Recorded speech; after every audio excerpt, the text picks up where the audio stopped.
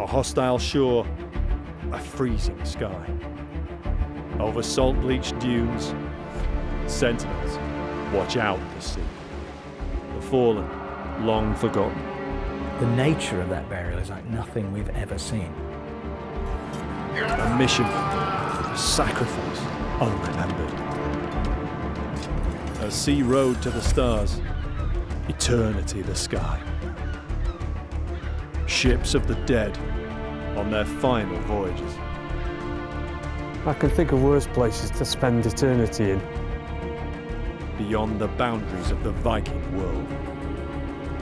If you find something very special, it's history changed like this. The ones who went before left to history in the Viking burial ships of Estonia.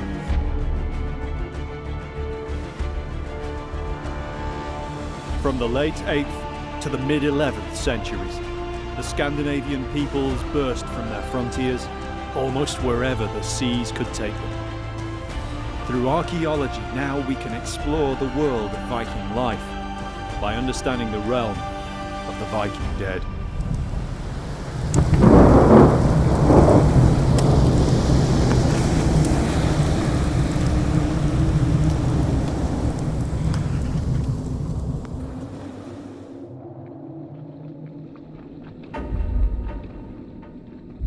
History tells us the Viking Age began with the traumatic events in northeast Britain in AD 793.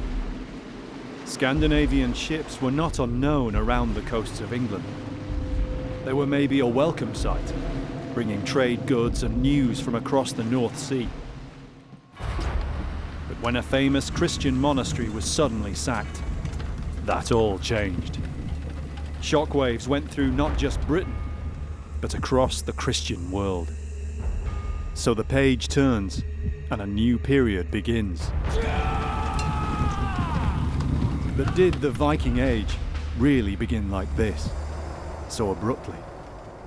The classic start of the Viking Age has usually been taken to be the raid on Lindisfarne in 793. But that's a very artificial way of viewing what at the time obviously was just life. We invented the Viking Age. No one woke up and said, blimey, the Viking Age tomorrow. While perhaps not overnight, the change did occur over just a few decades in the late 700s. The few records we have show a steady increase in raiding, until in the 800s, the upsurge is so great that we define it as a new age of the Vikings. But as so often with history, the edges of these ages are blurred. Scandinavians didn't just appear out of the blue, like a previously unknown culture. Evidence in archaeology and literature, epic poems like Beowulf, suggest Scandinavian influence in Western Europe and elsewhere, centuries before the year 793. It's clear that Scandinavians are visiting England, visiting the West, long before the Viking Age. What is changing there is that these familiar people are coming with violence rather than with goods to trade. The question is why? There's no one single answer that explains why Scandinavians started to move out into the wider world. As ever though with human history, it was a confluence of push and pull factors. Things that forced and things that drew people. Above all, when we think of Vikings, we think of their raids for loot and plunder. But in the early part of the age, they didn't really have a coin economy as such. It wasn't about the cash itself, but what it could get you back home. The Vikings are not just the people in those longships. They're a whole culture back in Scandinavia. The raiders are part of that. They're part of a way of life. And the reason they're doing the raiding connects to that way of life. It may be that they're trying to improve their social prospects back home, to buy a farm, to be able to afford to get married, things like that. Some of those people are going abroad and trying to change their fortunes. Some of the people are fueling that process at home with the proceeds of what they bring back from abroad. In 2008, an archaeological discovery reinforced the idea that these migrations had been going on long before the Viking Age, with startling evidence. It was the chance find of a grave, with Viking artifacts, and a ship, a Viking longship. But this find wasn't in Scandinavia. We know the land now as Estonia. Salme, on the island of Saaremaa, off the Estonian coast. It was almost too good to be true. The skeletons and artifacts here seemed for the most part very well preserved. Vikings, buried with their swords, with the remains of their vessel. News of the discovery spread around the world. Archaeologists, like Tim Sutherland, were immediately captivated. It's boys' own stuff, it's Vikings, it's ships. You've got Viking warriors, you've got Viking swords. Finding all these things in one location, just below the surface, just ready to be uncovered. It's almost the stuff of dreams. Tim's come to Estonia to find out for himself about the finds and the archaeological project to recover them. He'll attempt to discover more about the individuals who are buried there centuries ago. Boat burials are one of the icons of the Viking Age and the centuries before. They're rare and always important archaeologically, and this one certainly stood out from other excavated examples. I'm interested in ship burials anyway, so I was excited about that. I think the thing that caught everyone's attention was the number of bodies on board. Before the first boat, the smaller one, was discovered, I think the largest number of bodies buried at the same time in a boat was 4. At Salma, there were 7 bodies, in itself the most ever found in a ship burial. And later, that number would increase. This was just the beginning. It's truly astonishing. The nature of that burial is like nothing we've ever seen. Geology and soil always affect archaeology, especially in the preservation of bone and artifacts. At Salma, the boat itself had completely disappeared. At first, the archaeologists had no idea there'd been a ship there. It was only when they discovered patterns of small iron finds. Some of these ship's rivets are among the artifacts from the dig, on display in Estonia's capital, Tallinn. I mean, if you look at the ship's rivets, or the nails, the pieces of iron that held the boards together, they're in fantastic condition. You can actually see the heads of the rivet where they've been hammered over. You can see where the nail has been put through a washer and that's been hammered over. And the condition is amazing, considering they're 1,000 years old. We've been looking for arrowheads in a field in France, half of the age of these, and we can't find any trace of them. And they might have just disappeared in the acidic soil. The Salma dig was in sandy soil near the shoreline with low acidity.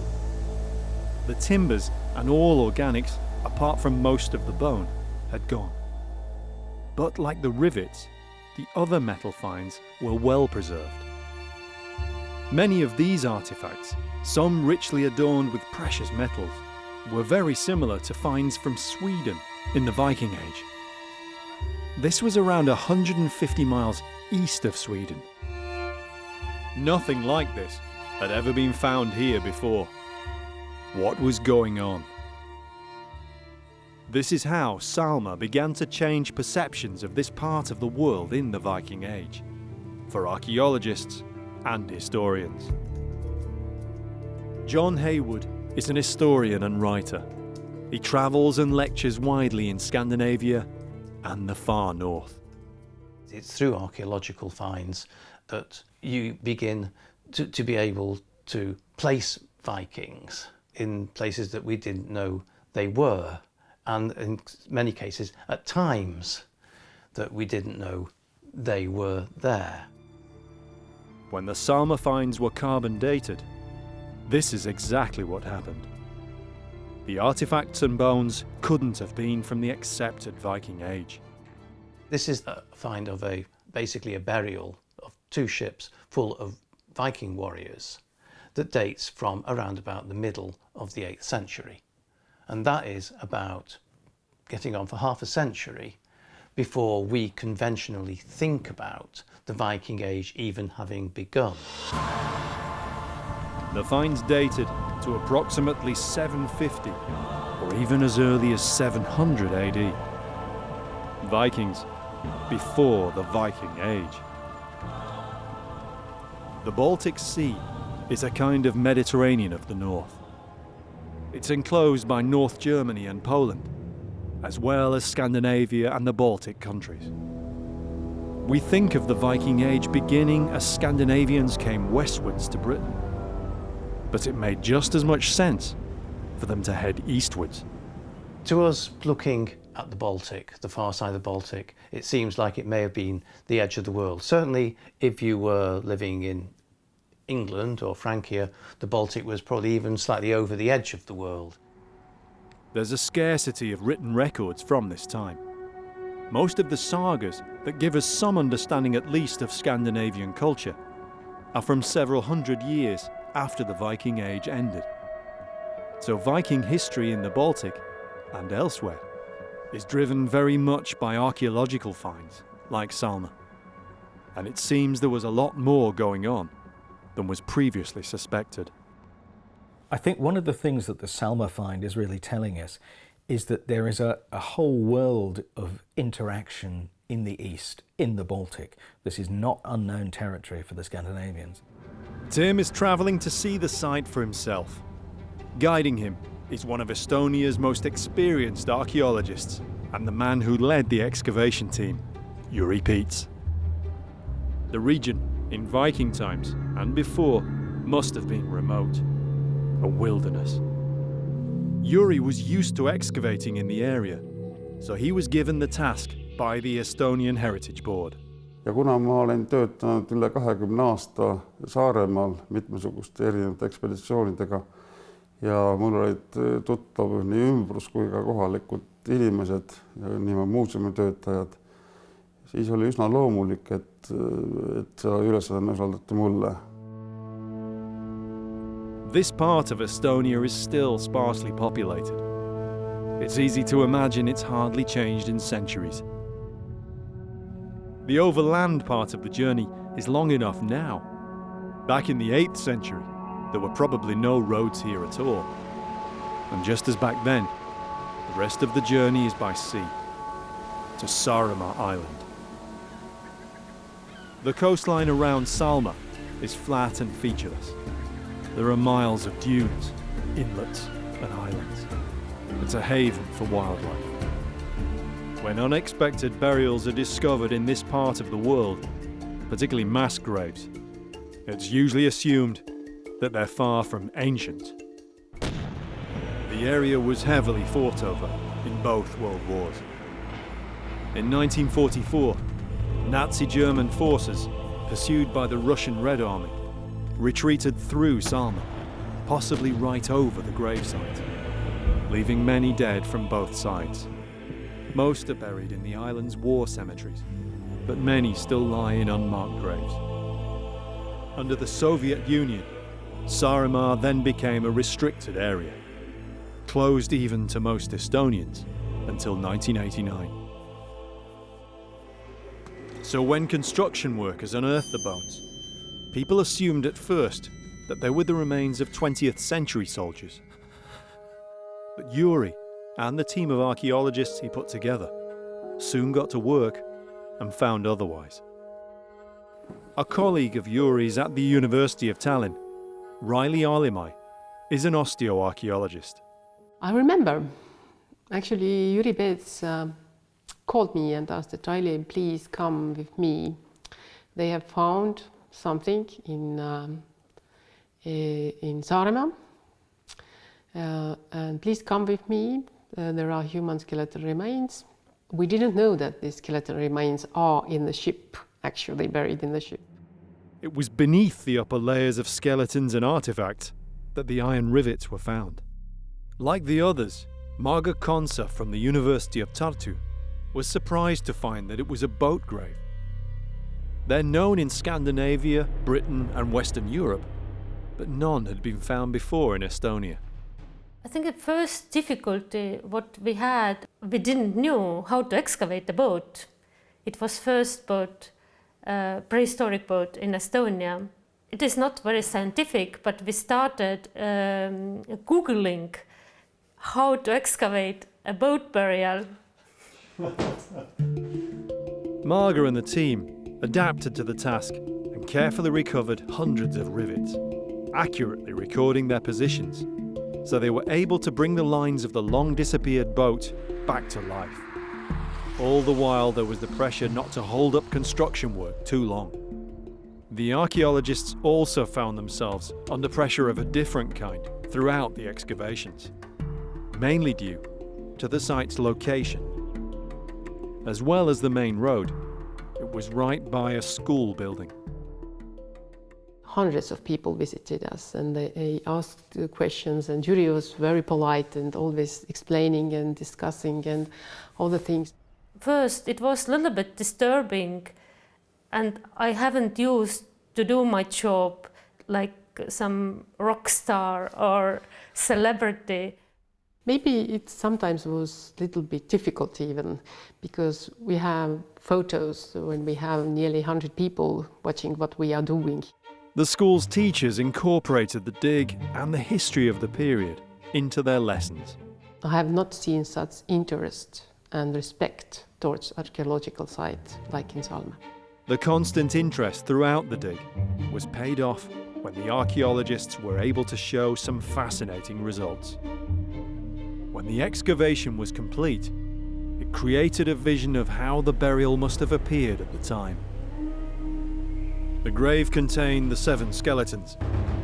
They were inside a wooden boat, a small craft with maybe 6 or 8 oars, possibly a mast and sail. There were also personal items, such as small knives and combs, and the skeletons of dogs, hunting birds, and fish. Almost a decade later, the approximate site of Salma I is now marked by a sculpture. Although this sculpture's here, the actual site of the burial was just down here. It was during the construction of this lamp here that they discovered the line of the boat, which runs roughly about here, I think. And so that's important to be able to see where it was and also why it was why the ground was disturbed in the first place.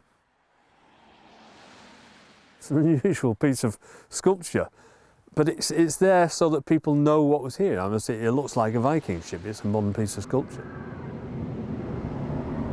While Marga and the others were working on Salma I, as if one Viking mass grave weren't enough, another was found. It was construction again that revealed the find, and such was the interest in the Salma I boat that a driver stopped immediately the moment his digger revealed more bones. The Estonian Heritage Board were grateful that another precious archaeological context could now also be saved.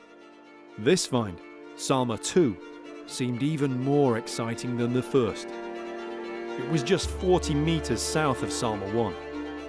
There were skeletons and many more artifacts, including swords. Again, there were many rivets. So Yuri's team now knew they had 2 ship graves on their hands. And this was much bigger than the first. Salma II looked like a warship. There were the same knives and combs and other personal items as before, yet this ship was different. It carried a cargo, so far unique to archaeology. More and more skeletons were found within the hull. 41 individuals, all males. Among, beneath, and around them were the remains of shields, knives, and swords. No one had seen anything like it. The men had been deliberately laid to rest inside the boat. The archaeologists could only wonder at the rituals that must have taken place.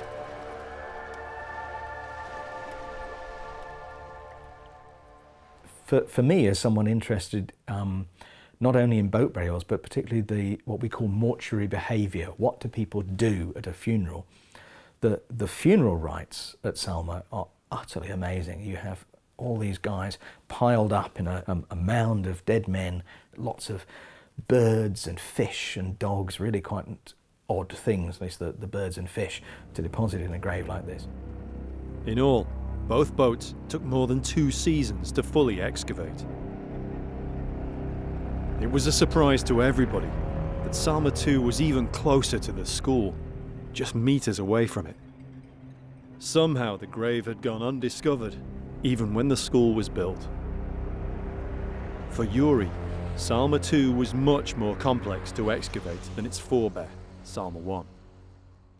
So the weather's not very nice today, but what was it like during the excavation? No üldiselt oli meil ka selliseid halbasid ilmasid, eriti sügise poole, kui ekspeditsioonid läksid pikale venisid. Not only is it a multiple grave, but also it is in a ship. So what was it like when you first found it? It must have been an incredible feeling. Ja see oli kindlasti väga selline tohutu üllatus oli. Kõigepealt me ei uskunud, et siin üldse laev siit välja tuleb. Ja siis muidugi jah, sellega koos tuli ka siis muidugi selline tööpinge ja kaevamise muutusid selliseks väga täpseks ja korralikuks. The school children saw daily the ship's cargo of the dead emerging one by one from the sandy soil. Ja üks põhiline küsimus oli see, ja imestus oli, et kui ilusad valged hambad nendel on. Not only bones, but swords and other weapons littered the grave. Some were decorated with precious metals and even jewels. One of the problems is the question of security, because obviously if you are excavating over a long time, you have things in the ground that you need to leave in the ground. Obviously, there is a ship full of Viking swords. No me elasime siin kõrval ja üldiselt me pidasime kaevamist kogu aeg silma peal ööpäeva ringselt ja meil oli väga valvekoer oli. Napoli mastiff ja see oli argument. I just picture that. Yeah, a guard dog sitting over the mass grave of people. It must have been a really weird sight. Napoli mastiff. And from what we can see here, it is so lucky that the site survived, because there are electric cables running through it and there is a road running through it. In fact, the excavation revealed that Salme 2 had had narrow escapes even before the school was built. A Second World War soldier's grave was dug right by one side of it, and there was a bomb crater on the other. It was as though something had wanted the grave to survive for posterity. But what did they learn about the site back in Viking times, when the men were buried here? So at the time of the excavation, was it very similar to it is now? Obviously there is a school behind us, and lots of trees and the roads and everything. Was it very similar then? Ma ei usu, et sel ajal, kui siin toimus see sündmus, Salme sündmus toimus, et sel ajal siin puid kasvas. See oli ilmselt lage rannaäär ja siia lihtsalt tõmmati laevad siis mingil põhjusel randa ja võib-olla nende võrdluses peeti siis lahing maha. With no evidence, it's hard to be sure what happened. Perhaps the boats had put in here. They could have been part of a small fleet, traders, or a raiding flotilla. Maybe there was an outpost or settlement here. But something befell their crews. When all the finds underwent recording and conservation, it was clear that there was strong contrast between the two boats, and not just in the numbers of skeletons. There are not so many artifacts in the first boat. And when the second boat was found and we had the opportunity to compare the artifacts, it's quite obvious that they are different kind. In the second boat there are lots of higher status artifacts, but they are not present in the first boat. It could be that there are social differences between those men. It looked like the smaller boat was for the servants or attendants. So who or what were the higher status men in the larger boat? Perhaps the artifacts they were buried with can provide answers.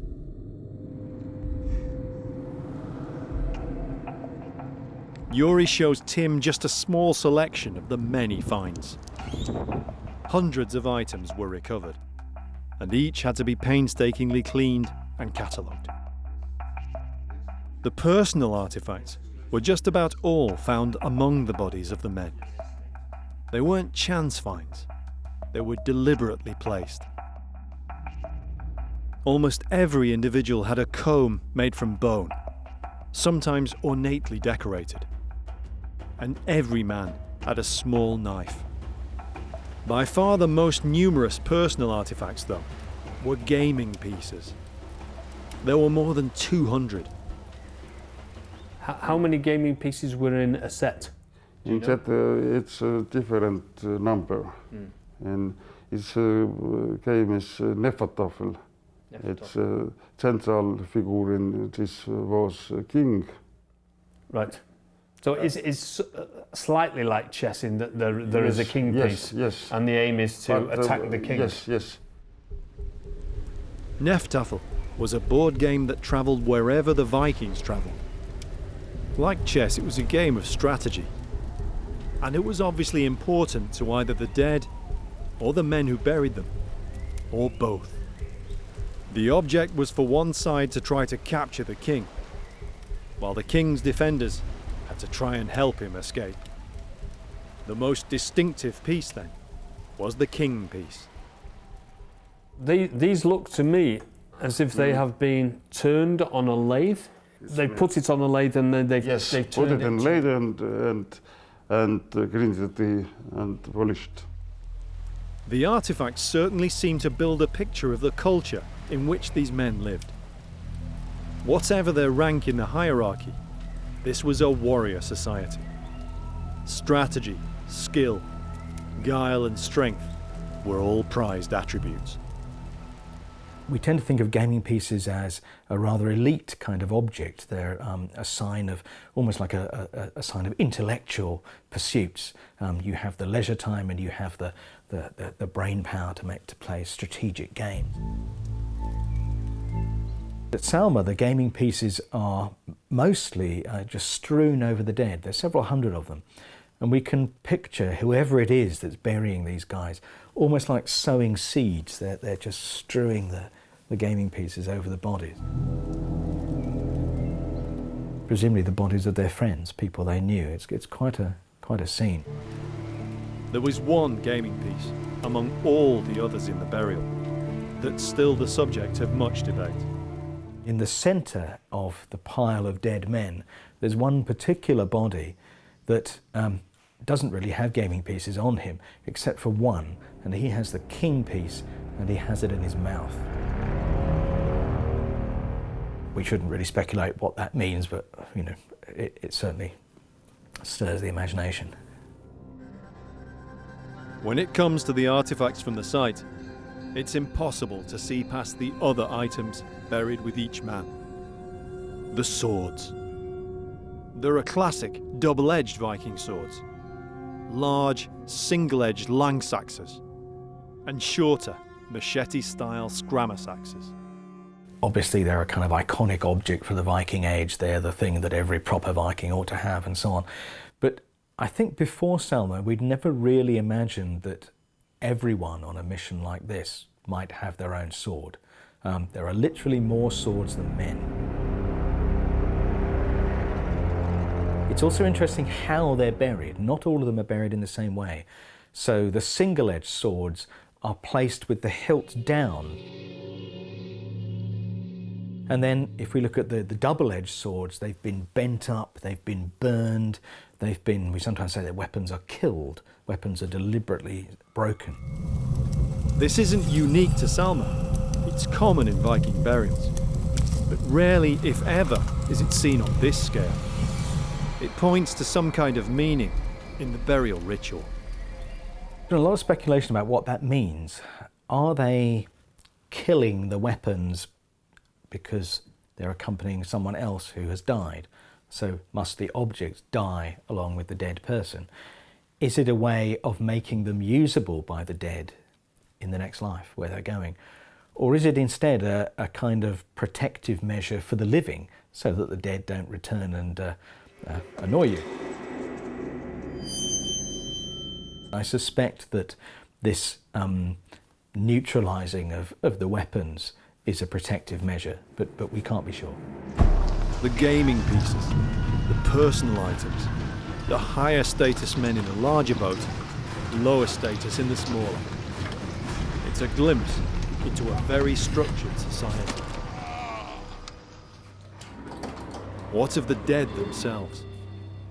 Analysis of all the bones is still ongoing, but some evidence has already been found about what might have happened. And what kind of men some of them might have been. We're surrounded by some of the Salme burials. I mean, did you know how big it was, or was it just the top skeletons you could see initially? At first we saw the top skeletons, 6 skeletons, but then we cleaned around the area and we saw skulls one by one appearing up. Most of the skeletons in Salme too were found compressed in one area of the boat, ahead of where the mast would have been, almost like a cargo. Riley and the team had to gain an understanding of the complex and compact space that they were excavating. So there are a lot of artifacts, there are obviously lots of skeletons, and they're all mixed up. But in order to record all that, you need a lot of detail and lots of different people who have different specialities. You're the osteologist. So how does all that work in terms of putting it all together? For me, it was the most important to get overview how the bodies have been put into the ship and how they are placed and how they relate to each other, and that's why we used GPS.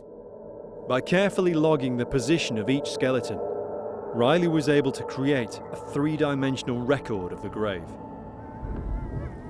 From the way the bodies had been placed in the grave, Riley soon formed an impression of the dead, perhaps a clue to who or what they had been. It's like a military burial. It's very regular. They are buried in layers. It's almost like a formation, a parade order, a hierarchy. Or, simply stacked in layers, a ghostly cargo. It was evident from early on that these men hadn't died from natural causes. You've said that there is lots of evidence of skeletal trauma. Can you show me some of it? Yes, please? there are. For example, this skull has multiple trauma. Right, so that's quite obvious. So that's one there. So that almost looks like a stab. It's almost in the shape of a sword, isn't it? Yes, might be. But that one looks more like a slice. I've seen quite a few skulls with trauma on. So to me, that looks like a long blow that's gone into the side. And in that respect, they are typical sword wounds or axe wounds. And in cases of Rwanda, where they're using machetes in the 1980s, you get exactly the same trauma on the skulls, which is really disturbing considering it's a few decades ago. Whatever happened, it was brutal. Around half of the skeletons, where bone has survived, show trauma. This and other evidence enabled Riley to come to know skeletons as individuals. 2 in particular stood out, both from Salme too, the higher status men. Exploring their trauma brings perhaps faint traces of what befell the group. The first lay only just beneath the surface. Broad and strong, probably in his late 40s. He was on the very top layer of the grave, as if standing sentinel over the rest. The first thing I noticed was his right arm. Yeah, I can see. There's something very distinctive about this one then. It has multiple cuts. It's chopped into pieces. It literally chops into pieces. Yeah.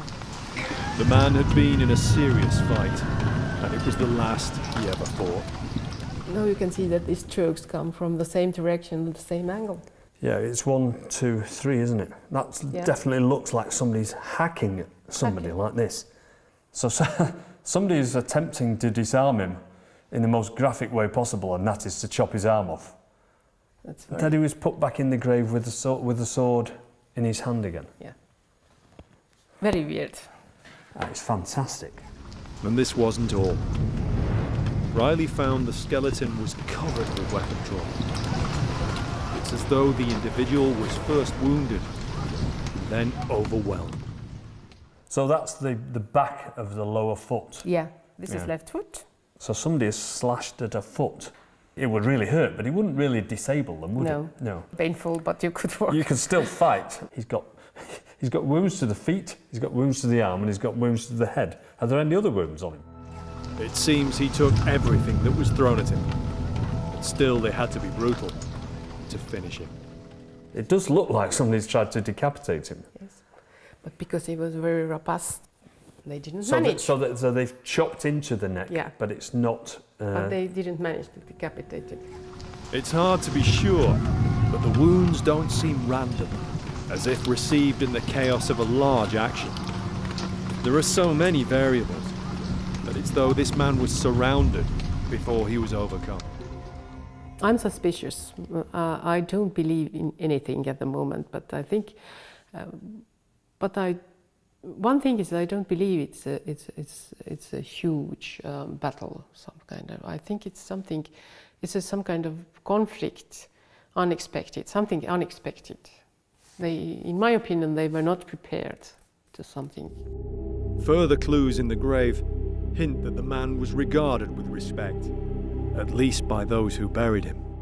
This person is now incapacitated and somebody is attempting to take his head off. And they put the head back. And they've put the head back. That means in the burial. That is somebody who is trying to treat these people with the ultimate respect, because they're trying to make them whole again at the time of burial. Especially this first skeleton. Yeah. We don't know if it was a battle, an ambush, or even single combat. The man took many terrible wounds. He was the first to be excavated, yet the last to be placed in the grave carefully and with his brutally severed arm. He was still holding the sword. Holding sword. So somebody is almost putting these people back together again. That is absolutely fantastic. And he went to Valhalla. There was one more detail that Riley found significant about the way the man had been laid to rest. He was lying, looking left, and all the other skeletons in the row were looking right. So, it seems to me that he was some kind of, I don't know, important. So this person has been individual. treated very distinctively very compared to distinctively. the others. So that marks him out as a different person in that respect. His head turned as if looking over his comrades, buried together in the top layer. The front rank, buried under their shields. It was beneath these, in the centre of the grave, that the second skeleton which caught Riley's attention was buried. Younger than many of the others, probably in his 20s, and slighter than the big men buried around and above him. And there was something else. This man has I can see. very interesting trait. It's probably... And that's fused to the base of the skull. Yes. It's called occipitalization of atlas. This means that the first vertebral is fused to the occipital bone. It's a common condition of the upper spine, and one that's often congenital. But it's perhaps not associated with someone who made their living as a warrior. So would that make his neck stiffer, or just he would not have the same sort of movement? Usually it's very difficult to turn head. To like rotate this. it? Yes, to Right. rotate it. And sometimes it gives headaches. It might be a little bit difficult, for example, if you fight with somebody that you can't turn your head left and right. So it restricts might the be, overall movement of the head. You don't have this view, you cannot see from side. Artifacts around this skeleton seemed also to mark the individual as someone unusual. One of the highest status swords seemed to belong to him. And also, this was the skeleton found with the king gaming piece, either by or inside his mouth. This is one of the questions about this grave, isn't it? Is where the gaming piece was in relation to his mouth. And it was a king piece. It was the most prominent piece. Yes. Right. Yes.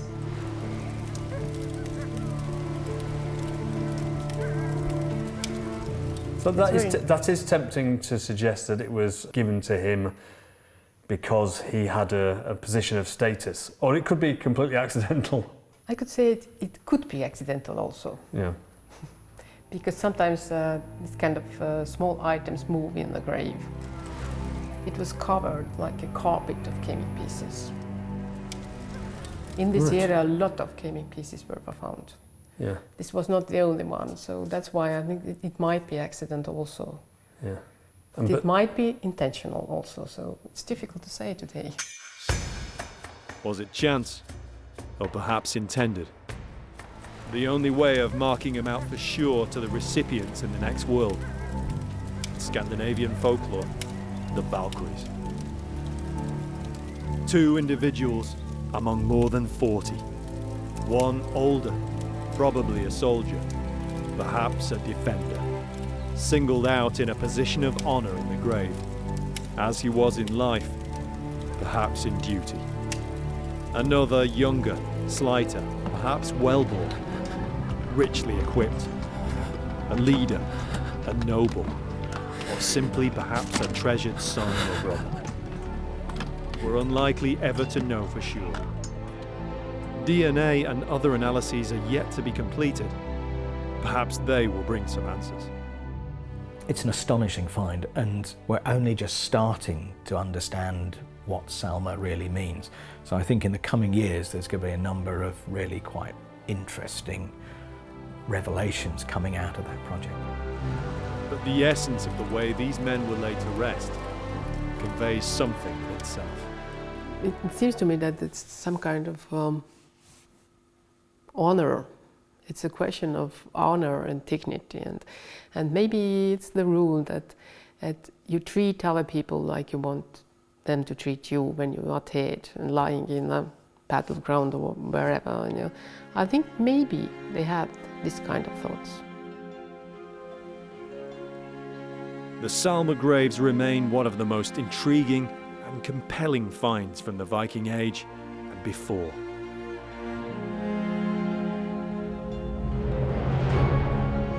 These people were buried with honour and with the respect that the people who buried them thought they deserved. And it's not a bad place to lie, is it really? The men who were buried on that remote, sandy shore were among the first of the Viking dead. Those men buried in Salme, they will live in eternity.